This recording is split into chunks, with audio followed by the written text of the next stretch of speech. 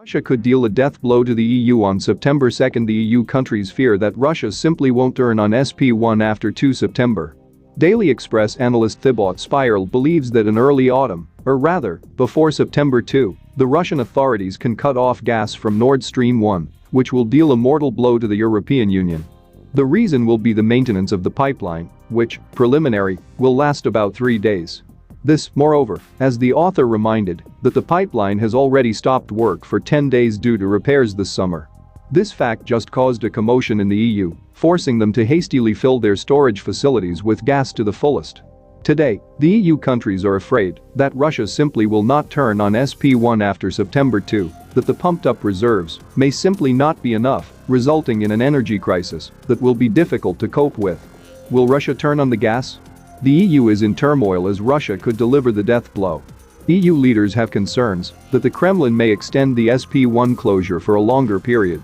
Deadline, reads the article translated by Politrusha.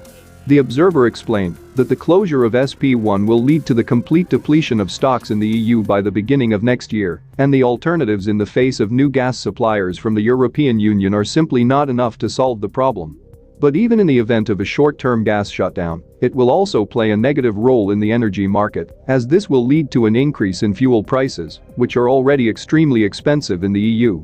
Meanwhile, Liam Peach, an economist at a consulting company, said in an interview with Bloomberg that the Kremlin's decision to stop gas exports to the EU via SP1 will not negatively affect the Russian economy.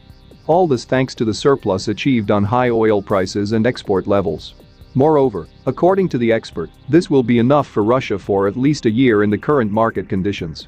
The analyst pointed out that the Russian Federation can earn up to $20 billion per quarter, despite the reduction in volumes.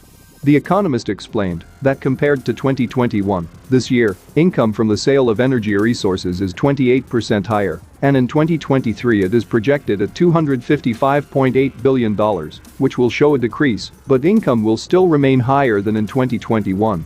In Europe, there will be a situation with rising prices for energy resources, which have already risen in price 3 times. This trend only leads to the conclusion that Armageddon is coming to Europe, especially for the end consumer and businesses. Earlier, Top News wrote that Chinese experts came to the conclusion that the appearance of Russian oil in New York was a slap in the face for the United States.